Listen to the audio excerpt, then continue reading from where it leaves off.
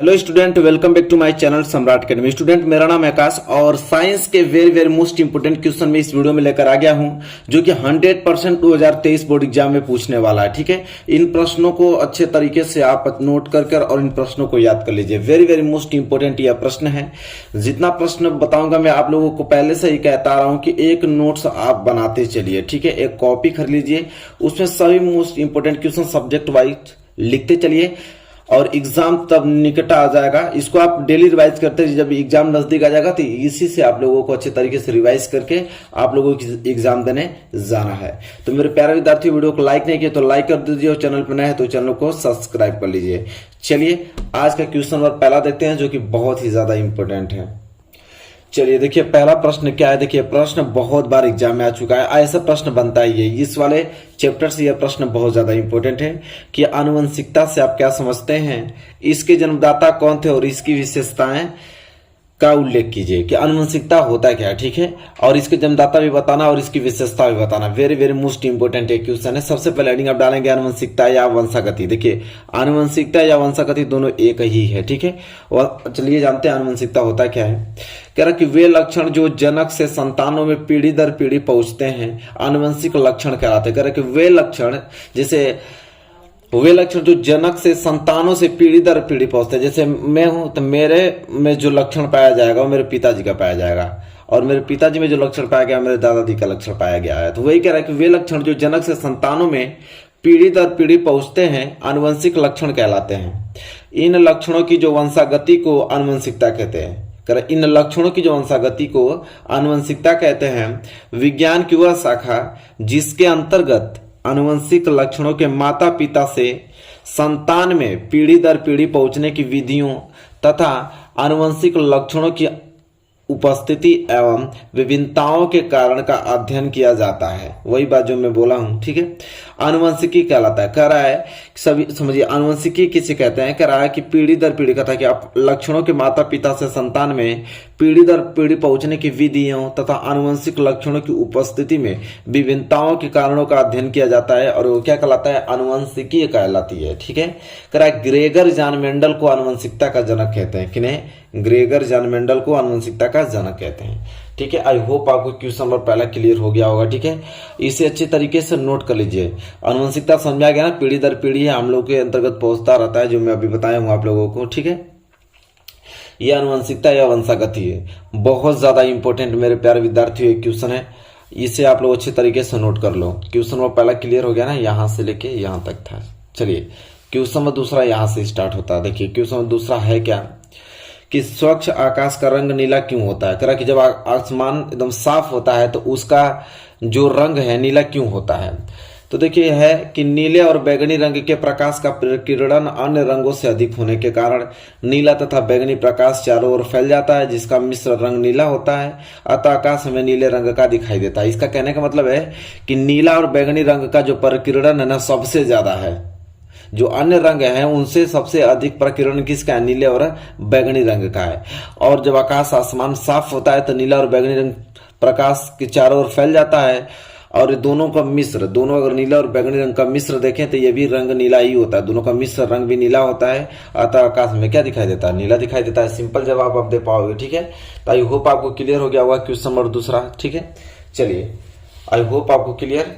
अगला प्रश्न देखेंगे क्वेश्चन नंबर तीसरा। देखिए, very very most important question number तीसरा क्या है कि हीमोग्लोबिन क्या है, यह कहां पाया जाता है, श्वसन क्रिया में इसकी क्या भूमिका है। ठीक है, चलिए देखते हैं। वेरी वेरी मोस्ट इंपोर्टेंट है कि हीमोग्लोबिन क्या है।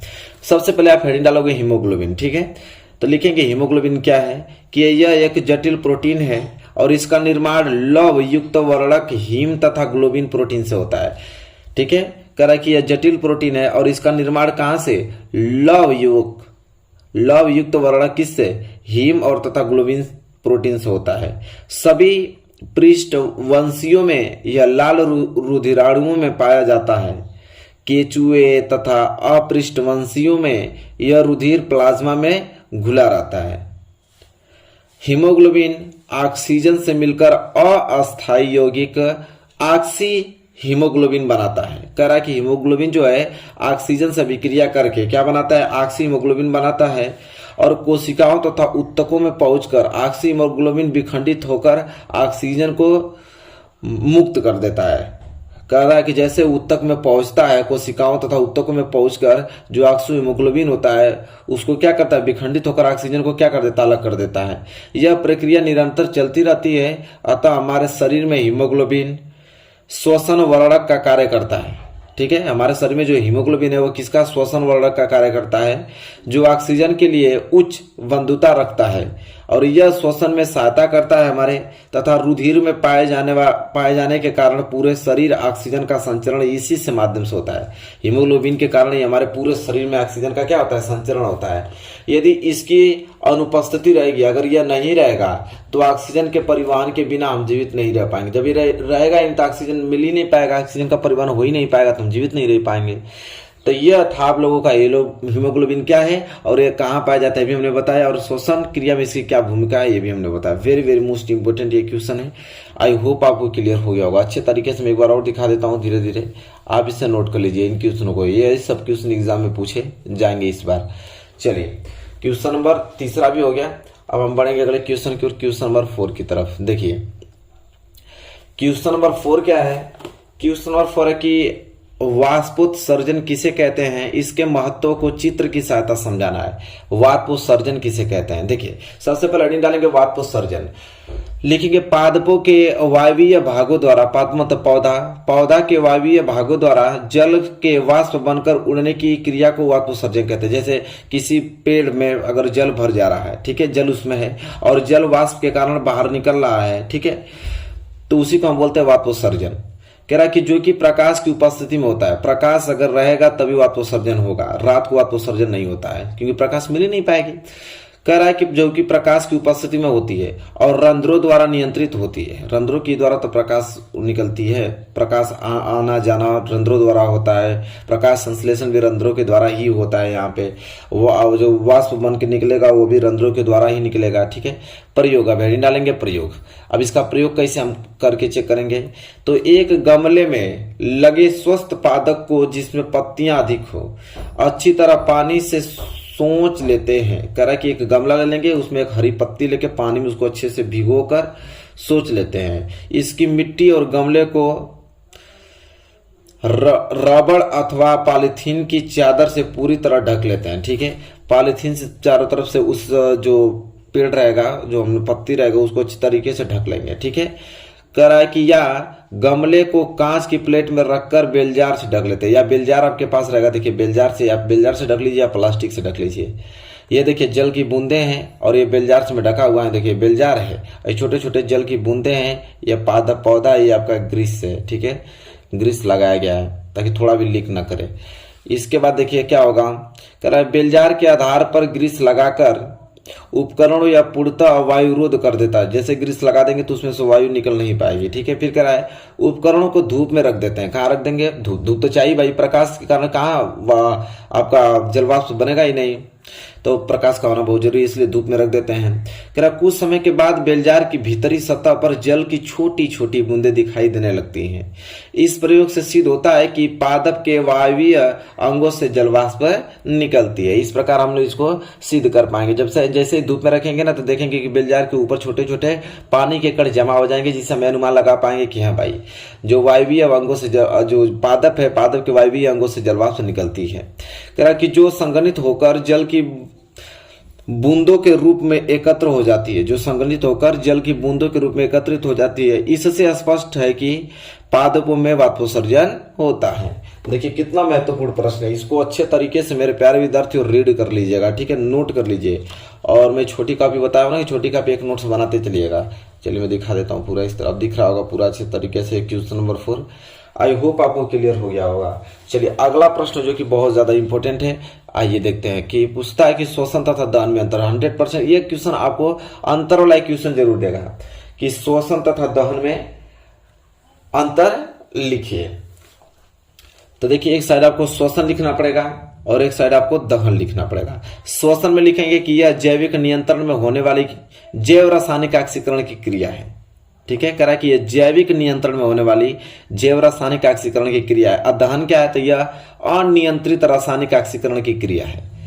और श्वसन में दूसरा लिखेंगे तो यह क्रिया सामान्यतः जो श्वसन की क्रिया होती है कम से कम 25 या 45 डिग्री सेल्सियस पर होती है तथा इसमें कम ऊर्जा उत्पन्न होती है। और दहन की बात करें तो इसमें तो उच्च ज्यादा हाई टेम्परेचर चाहिए। यह क्रिया उच्च ताप पर होती है तथा इसमें जो ऊर्जा निकलता है उच्च उष्मा निकलता है, बहुत हाई टेम्परेचर ऊर्जा इससे निकलता है भैया। हाई टेम्परेचर चाहिए तो उष्मा तो भी जबरदस्त निकलेगा उसमें, सिंपल है। आइए तीसरा लिखेंगे, यह क्रिया एंजाइम्स की सहायता से होती है। जो श्वसन होता है वो एंजाइम की सहायता से होता है।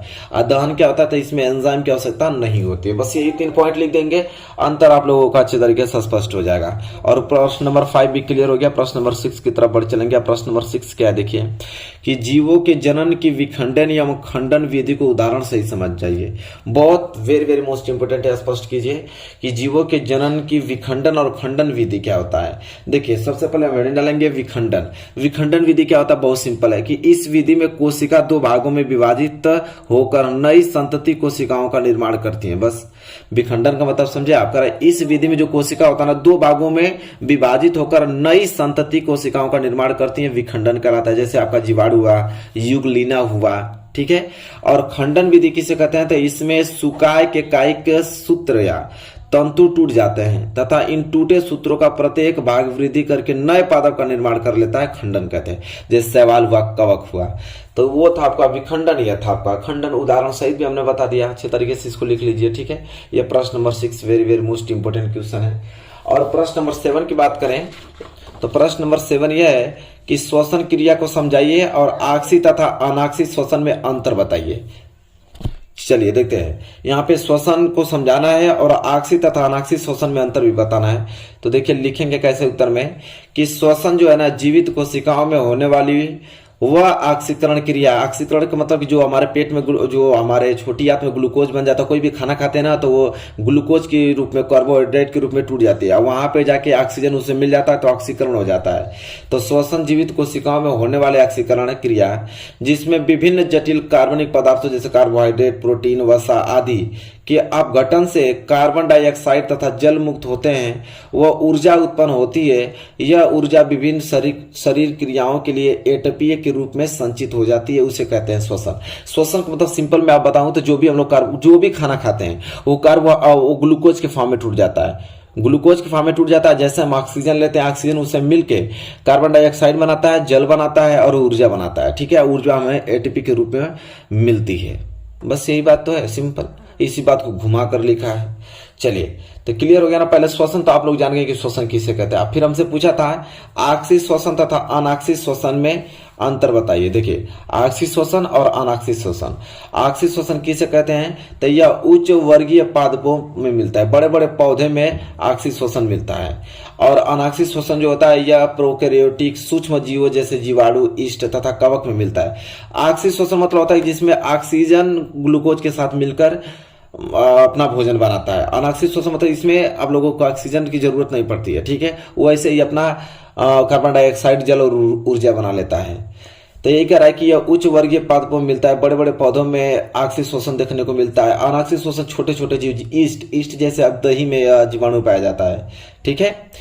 चलिए दूसरा लिखेंगे आक्सी श्वसन में अंतर कि ऊर्जा जो है अधिक मात्रा लगभग 38 एटीपी या 673 किलो कैलोरी में होती है, जो इससे ऊर्जा मिलती है, ठीक है। हम लोग भी आक्सी श्वसन में ही आते हैं, हम लोग का भी जो श्वसन होता है आक्सी श्वसन ही होता है। तो हम लोग को जो ऊर्जा मिलती है वो 38 एटीपी और 673 किलो कैलोरी में मिलती है। लेकिन अनाक्सी श्वसन में इसमें ऊर्जा बहुत कम मिलती है, 2 एटीपी या 27 किलो कैलोरी मिलती है या निकलती है, ऐसे कह सकते हैं, ठीक है। कह रहा है कि इस क्रिया में ऑक्सीजन की आवश्यकता होती है। भाई आक्सी श्वसन में ऑक्सीजन की क्रिया होगी, ऑक्सीजन नहीं मिलेगा तो तक भोजन नहीं बना पाएंगे हम लोग, उससे ऊर्जा ही नहीं प्राप्त कर पाएंगे। तो आक्सी श्वसन में ऑक्सीजन आवश्यक है, लेकिन अनाक्सी श्वसन में ऑक्सीजन की आवश्यकता नहीं होती, बिना ऑक्सीजन के ही अपना भोजन बना लेते हैं। चौथा पॉइंट लिखेंगे कि इस क्रिया के अंत में शर्करा का संपूर्ण ऑक्सीकरण होकर कार्बन डाइऑक्साइड तथा H2 बनता है। तरह जो शर्करा होता है, कार्बोहाइड्रेट शर्करा, तो वो कार्बन डाइऑक्साइड और जल बनाते हैं। किससे? ऑक्सीकरण होकर। ऑक्सीजन जैसे ग्लूकोज के साथ मिलता है तो कार्बन डाइऑक्साइड और जल बनाते हैं। और कह रहा कि इस क्रिया के अंत में शर्करा का अपूर्ण ऑक्सीजन होने से CO2 तथा C2H5OH बनते हैं, मेथनॉल बनाते हैं, ठीक है। ये आपका एथेनॉल है, एथेनॉल बनता है। तो क्लियर हो गया। चलिए तो यहाँ से क्लियर हो गया, यहाँ पे ऑक्सीजन की जरूरत नहीं होती, यहाँ पे ऑक्सीजन की जरूरत होती है। तो यहाँ हमने अच्छे तरीके ऑक्सीजन शोषण तथा अनाक्सीय शोषण में अंतर भी आप लोगों को हमने बता दिया। इसके बाद हम अगला प्रश्न बात करें। प्रश्न वेरी वेरी मोस्ट इंपोर्टेंट, 2013, 14, 15, 16, 17 इस सब में ही पूछा जाता है भाई, इसमें कोई फर्क नहीं है। प्रश्न इतना मोस्ट इंपोर्टेंट है कि प्रकाश संश्लेषण किसे कहते हैं। प्रकाश संश्लेषण के लिए आवश्यक विभिन्न घटकों के नाम लिखिए। ठीक है, कह रहा है कि अभी तो 2000 इसमें भी पूछा था भाई, इसको भी लिखिए। 2022 में भी तो प्रश्न पूछा था। चलिए, कह रहा है कि प्रकाश संश्लेषण किसे कहते हैं। प्रकाश संश्लेषण के लिए आवश्यक विभिन्न घटकों के नाम लिखिए। देखिए सिंपल है कि प्रकाश संश्लेषण वह उपचाय क्रिया है जिसके द्वारा अकार्बनिक सरल यौगिकों को जल तथा कार्बन डाइऑक्साइड को प्रकाशीय ऊर्जा के द्वारा कार्बोहाइड्रेट्स के रूप में बदल दिया जाता है। प्रकाशीय ऊर्जा का उपयोग पर्णहरित की उपस्थिति में किया जाता है तथा इसमें ऑक्सीजन उप उत्पाद के रूप में निकलती है। देखिए सिंपल मैं आप लोगों को बताता हूं कैसे होता है। जैसे पौधा है, पौधा क्या लेता है, हम लोग ऑक्सीजन लेते हैं, पौधा कार्बन डाइऑक्साइड लेता है। तो पौधा कार्बन डाइऑक्साइड लेता है और जल, तो कार्बन डाइऑक्साइड और जल और सूर्य के प्रकाश की उपस्थिति में, ठीक है, यहाँ पे मिलकर अपना भोजन बनाता है। ग्लूकोज बनाता है, जल बनाता है और ऑक्सीजन बनाता है, और ऑक्सीजन छोड़ता है तो ऑक्सीजन हम लोग ग्रहण करते हैं। बस यही बात है। और प्रकाश संश्लेषण के विभिन्न विभिन्न घटक क्या होने चाहिए, क्या क्या होना चाहिए तो प्रकाश संश्लेषण होगा। तो देखिए प्रकाश संश्लेषण के लिए निम्न पदार्थ अति आवश्यक है। पहला, सूर्य का प्रकाश तो होना अति आवश्यक है। कार्बन डाइऑक्साइड होना चाहिए, जल होना चाहिए और क्लोरोफिल होना चाहिए। ठीक है, उसके पत्तियों में क्लोरोफिल पाया जाता है, आप लोग जानते हैं। ठीक है, इतना सारा चीज होगा तो प्रकाश संश्लेषण होगा। तो आई होप आपको क्लियर हो गया होगा। अच्छे तरीके से इसे नोट कर लीजिए कि प्रकाश संश्लेषण किसे कहते हैं। प्रकाश संश्लेषण के लिए आवश्यक विभिन्न घटक भी हमने लिख दिया, क्या क्या आवश्यक है प्रकाश संश्लेषण के लिए। अच्छे तरीके से इसको नोट कर लीजिए।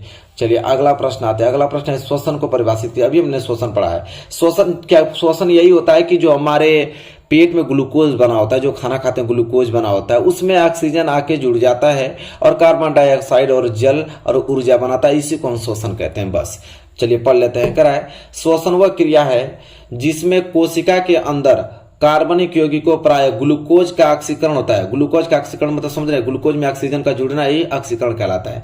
ग्लूकोज का ऑक्सीकरण होता है और इस क्रिया में कार्बन डाइऑक्साइड तथा ऊर्जा उत्पन्न होती है, यही हमने बताया है। और इस ऊर्जा को विशेष एटीपी अणुओं में विभवीय ऊर्जा के रूप में संचित किया जाता है। जैसे देखिए ग्लूकोज था, ऑक्सीजन इससे मिलके ऑक्सीजन मिला जैसे, तो यहाँ पे आपको बना दिया, यहाँ पे CO2 होगा, यहाँ पे लिखिएगा CO2 कार्बन डाइऑक्साइड और यहाँ पे जल, और 673 किलो कैलोरी ऊर्जा उत्पन्न होती है। CO2 है। ठीक है, यहाँ पे ग्लूकोज ऑक्सीजन के साथ अभिक्रिया करके कार्बन डाइऑक्साइड, जल और ऊर्जा बनाया। मैं 6 इसलिए लिखा हूं, इसको संतुलित किया हूं। ठीक है, संतुलित रासायनिक अभिक्रिया हमने लिखा इसका। चलिए ये हो गया। अगला बात करते हैं। अगला प्रश्न है यहाँ पे प्रश्न नंबर 10वां। चलिए प्रश्न नंबर 10वां देखिए, वेरी वेरी मोस्ट इंपोर्टेंट है। क्या है, कह रहा है कि उदाहरण देते हुए खनिज तथा अयस्क को स्पष्ट कीजिए। कह रहा है कि खनिज तथा अयस्क को स्पष्ट करना है उदाहरण सहित। चलिए जानते हैं खनिज क्या होता है, अयस्क क्या होता है। एक साइड आपको खनिज डालना है, एक साइड आपको अयस्क डालना है। देखिए खनिज क्या होता है, तो कह रहा है प्रकृति में भूपर्पटी के नीचे धातुएं जिन यौगिकों के रूप में पाई जाती है उन्हें खनिज कहते हैं। देखिए प्रकृति के रूप में जो भी धातु अगर भूमि में पाया जाता है जैसे कि वैसे ही उसे खनिज कहते हैं। और अयस्क क्या होता है, तो जिन खनिजों में, देखिए इन्हीं खनिजों में, जिन खनिजों में धातु जो होता है अधिक मात्रा में उपस्थित हो तथा उसमें धातु को आसानी से एवं कम खर्च में प्राप्त किया जा सके, अयस्क कहलाता है।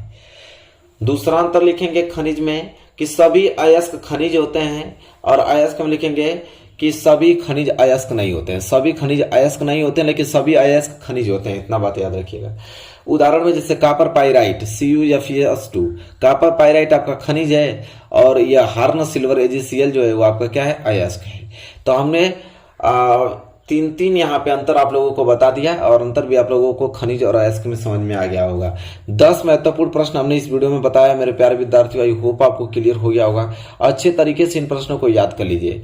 वीडियो कैसी लगी बताइए। वीडियो अच्छी लगी तो प्लीज लाइक कीजिए, और चैनल पर नए तो चैनल को सब्सक्राइब करके बेल आइकन को प्रेस कर लीजिए। मिलेंगे एक प्यारे से नेक्स्ट वीडियो में, तब तक के लिए धन्यवाद।